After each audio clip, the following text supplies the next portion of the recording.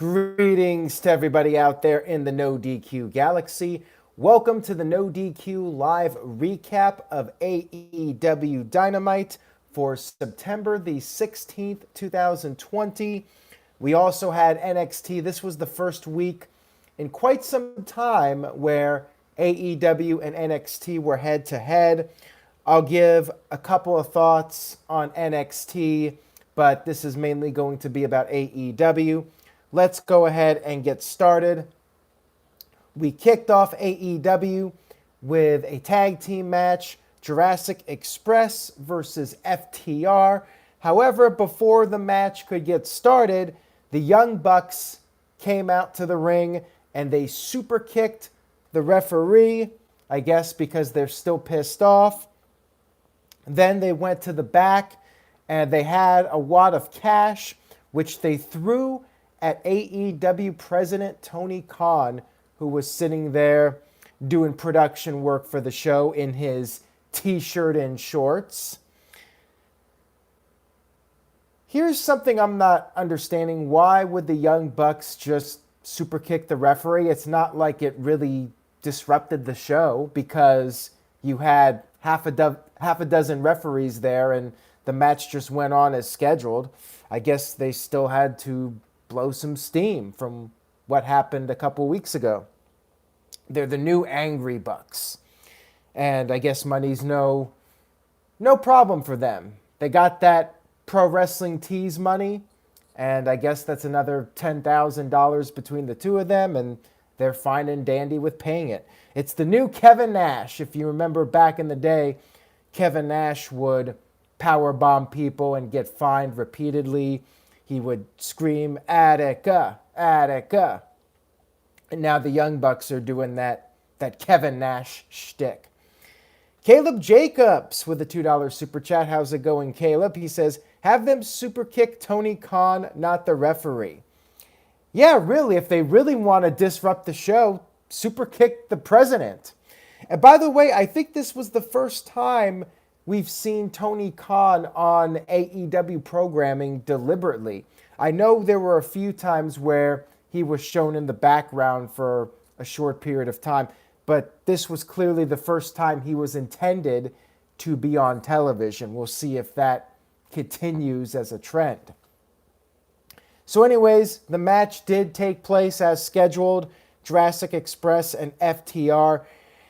Pretty standard tag team format here, and it's almost a pattern now with Jurassic Express. Basically how it goes is Jungle Boy gets some offense but then gets overwhelmed. The heels work him over for a while. And finally, Jungle Boy gets the hot tag to Luchasaurus. Luchasaurus comes in, does some of his cool moves, and then Jungle Boy tags back in. And then Luchasaurus gets taken out of the equation. This happened the other week with him trying to do a dive and ended up landing on a bunch of wrestlers. And this time he was on the outside. He went for a running stinger splash type maneuver. He missed. He went over the barricade onto a bunch of wrestlers again and got taken out. And this led to Wheeler giving the assist to Harwood, and Harwood was able to pin Jungle Boy as he was grabbing Wheeler for that leverage. And the problem with this finish was that the referee was pretty clearly looking towards Wheeler on the outside and did nothing. He had to end up putting his head down and act like he didn't see anything. But other than that, match was good, although, like I said, it's falling into that typical booking pattern with Jurassic Express every time they lose. And I'm not complaining too much because I still feel that Luchasaurus should be protected.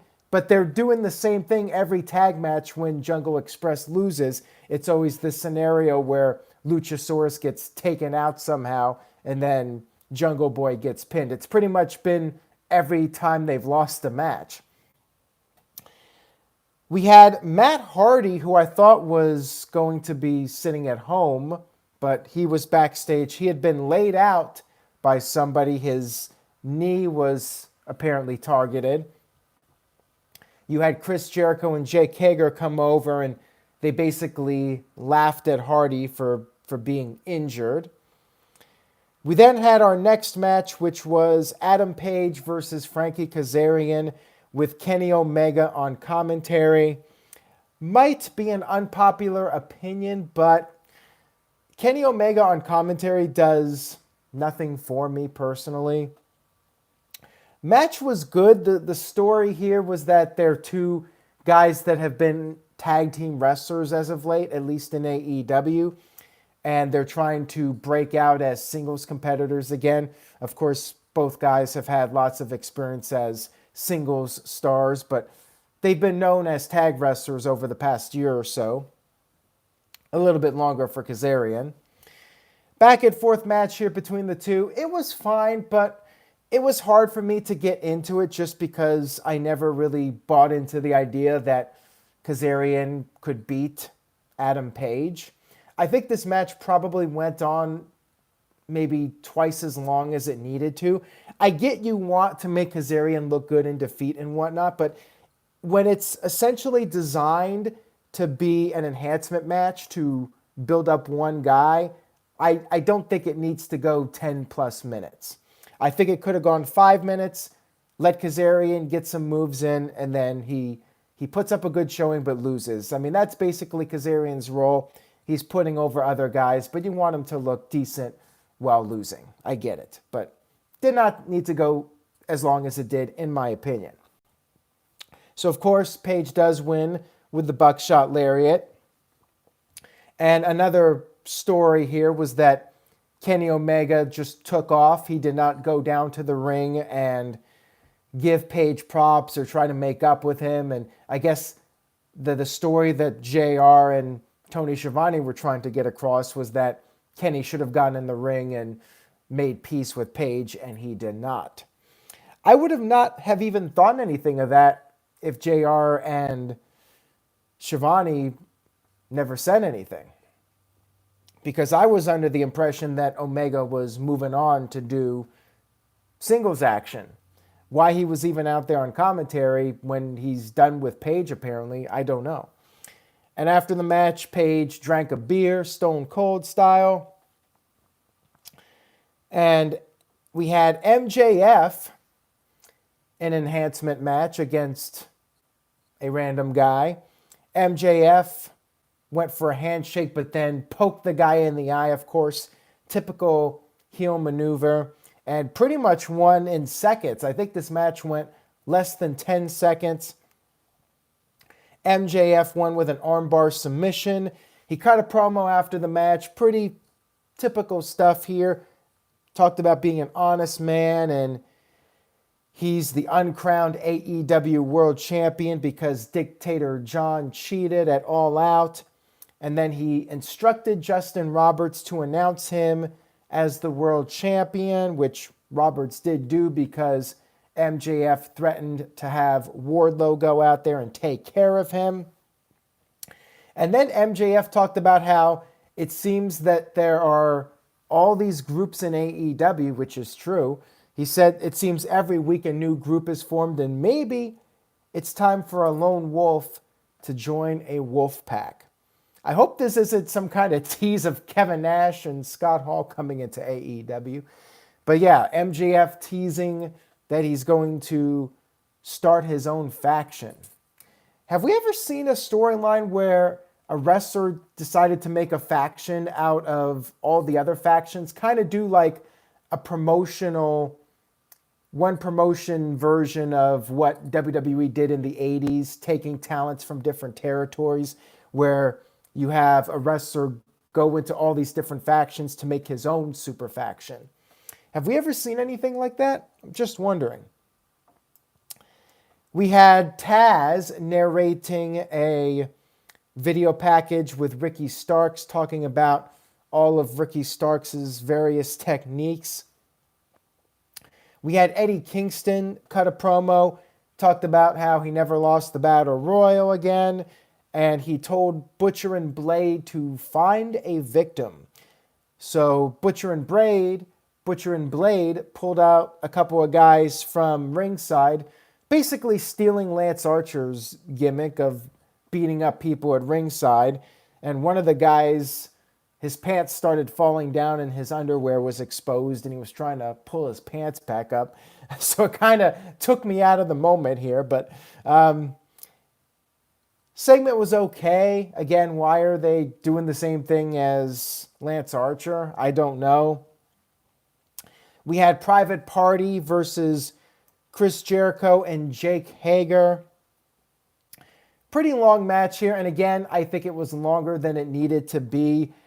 I figured this was a showcase match for Jericho and Hager. But of course, Private Party need to look good in defeat. So they do this long, drawn-out match. It was fine. Almost felt like a similar booking pattern as the first match where you had Cassidy getting beaten up for the majority of the match. Mark Quinn gets the hot tag, and then Cassidy tags back in, but then Cassidy ends up getting pinned. He went for a swanton, he missed. Jericho hits the Judas effect and pins him. Same scenario where the guy that gets beat down for most of the match ends up getting pinned in the end. It was essentially the same format. After the match, Jericho put on the Walls of Jericho, and Quinn came in and broke it up, and Private Party's music played, I guess, to get their heat back, but I don't know, didn't really make me care about them anymore after losing that match. We had Ivelisse with Diamante, the winners of that women's tag team tournament. Ivelisse versus Thunder Rosa, the NWA Women's Champion. Ivelisse put up a good fight here, kicked out of a DVD, and then got a near fall with a kick to the face. But in the end, Rosa won with a tombstone pile driver. And after the match, Diamante got involved, and Hikaru Shida made the save. She picked up the NWA Women's Championship, and there was a little tease that maybe Shida will challenge Rosa for the NWA Championship. I guess we'll see what happens with that. Interesting little story here with them. We had a recap of Miro's debut, and the follow-up to last week's debut with Miro was him in a quick backstage segment. He was working out, doing some lifting, and Kip Sabian was there. Miro talked about how they need to have the best bachelor party ever, and he flexed a little bit, and that was that. I was, quite frankly, hoping for more. I was hoping we'd see Miro come out and do a match and crush somebody and start kicking some ass instead of doing some quick 1 minute backstage segment where if you blinked, you missed it. Yeah, I feel a little bit let down after last week. I was hoping we would get a bigger follow-up with Miro, but I guess they're saving it for the next time they are live. By the way, this show was taped because of the whole situation with the NBA playoffs, and AEW wasn't sure if they were going to be airing on Thursday or Wednesday, and the plan really right now is to do tapings every other week, so one live show, one taped show, and you could tell there was nobody in that stadium other than the workers. They did show a clip of fans singing Judas, but I believe that was stock footage from last week or 2 weeks ago. And I do think that hurt the show a little bit, although the wrestlers at ringside were louder to make up for it. I feel like since the actual fans were brought back, the wrestlers at ringside toned it down a little bit. This week they were louder, I guess, to make up for the lack of actual fans. But yeah, anytime that you had the cameras cut to the actual stadium or amphitheater, it was very darkened, and it was clear that there were no actual fans there. We had Lance Archer come out and do his thing, which is attack a guy at ringside, and Jake Roberts cut a promo about next week. Next week's match, there's going to be Team Moxley versus Team Archer in a 6-man. Jake Roberts brought out Taz. He says if you're going to make a deal with the devil, you might as well make a deal with the Tasmanian devil. And it was announced that Brian Cage and Ricky Starks would be teaming up with Archer because they have a common enemy in Jon Moxley. And a little deal was made too. If there's a new champ, Archer wins the title on October 14th, I believe, then Brian Cage will get the first opportunity at the championship. Moxley arrived through one of those side doors to get into the amphitheater, and then Ricky Starks, dressed up as a fan, attacked Moxley. Then we had Brian Cage join in on the beatdown. And then Will Hobbs, who has officially signed with AEW. It was announced earlier today. He was part of the All Out Casino Battle Royal. He came in with a chair to make the save.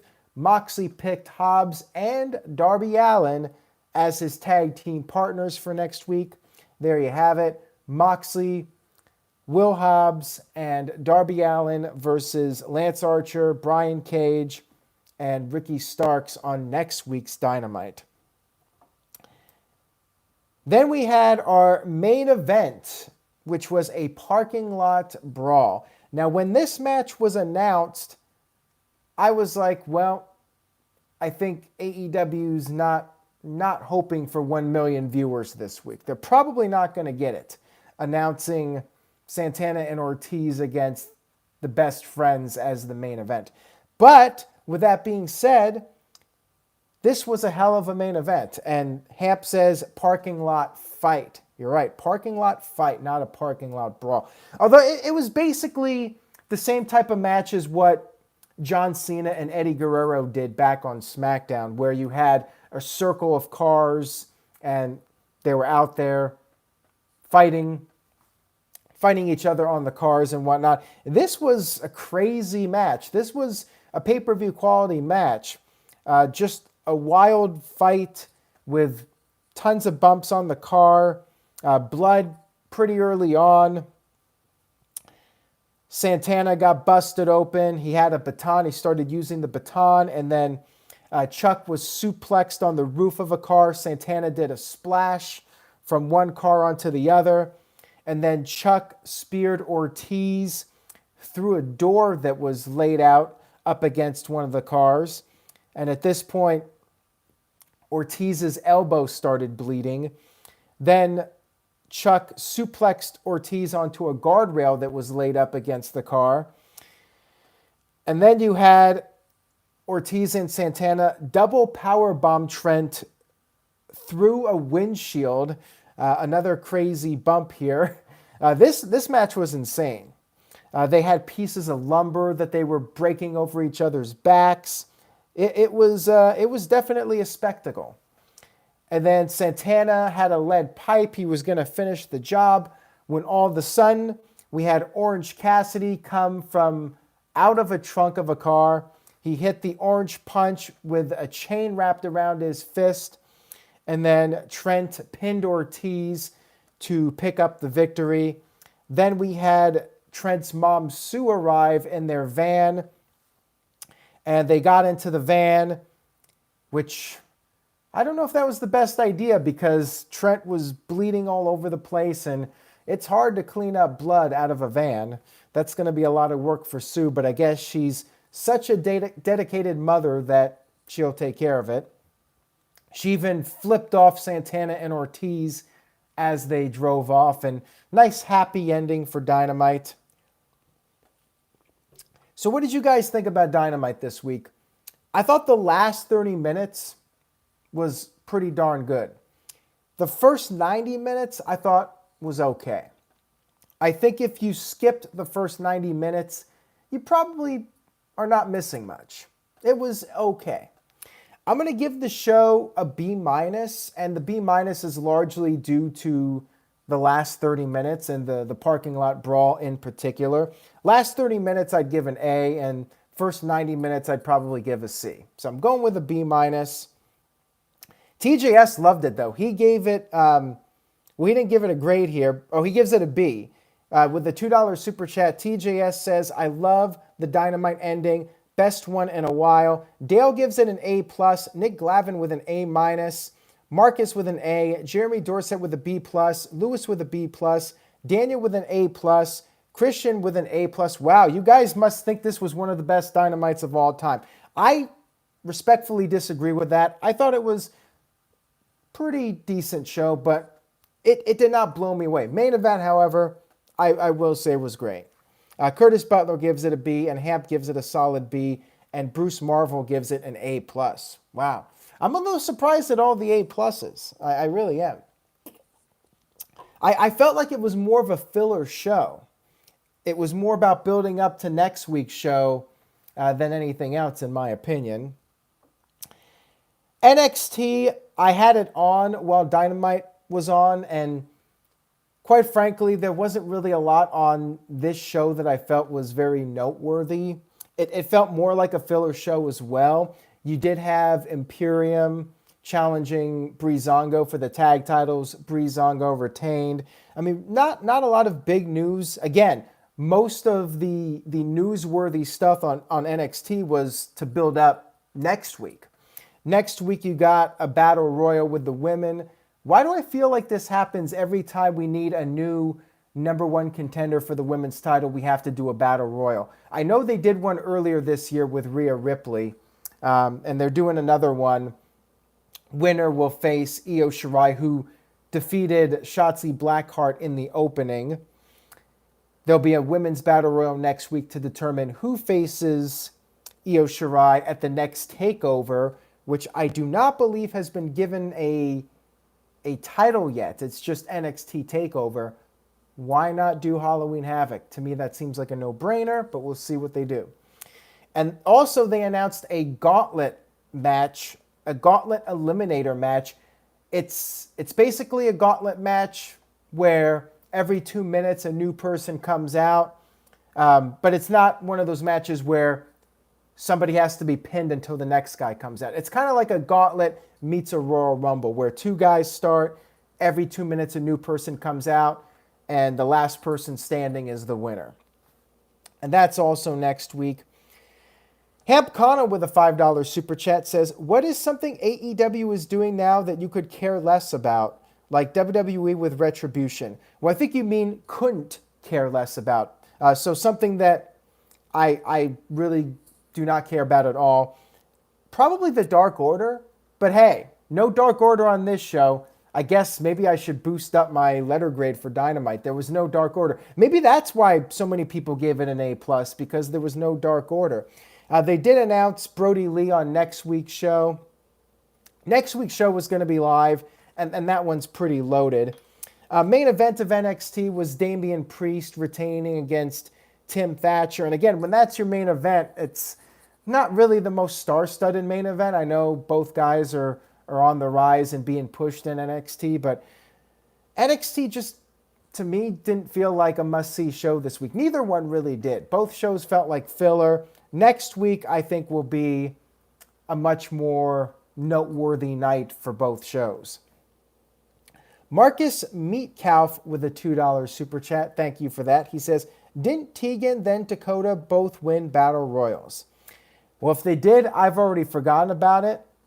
Maybe you'd have to ask Greg Cherry, the Wrestling Trivia Champion, who won that last Battle Royal. Who won that last Battle Royal? The one earlier this year that I mentioned earlier, the winner to challenge Rhea Ripley. I already forgot who that person was that won that Battle Royal. But maybe somebody in the chat room can throw that name at me real quickly. Or maybe not. And as far as AEW goes, not much else news going on other than the signing I mentioned earlier with Will Hobbs. Thank you guys for tuning in to the recap of AEW Dynamite and NXT. Not much to say about NXT, but maybe next week I'll do separate live streams for both shows. We'll see. Stay tuned to NoDQ.com for the very latest. The plan right now is No DQ review on Saturday. Wade Barrett back full time. Yes, that's another topic from Mike B. Glad to see Wade Baird back. I figured he would be replacing more Ronaldo full time. Unfortunately, I still miss Ronaldo, and it's a shame that he's not around. That does impact my enjoyment of NXT a little bit. But yeah, Friday will be the SmackDown recap, and then Saturday, 7 Eastern, 4 Pacific, will be the No DQ review. We'll talk more about AEW and NXT, I'm sure. Stay tuned for that. Be safe, everyone. Stay positive, and I will see you all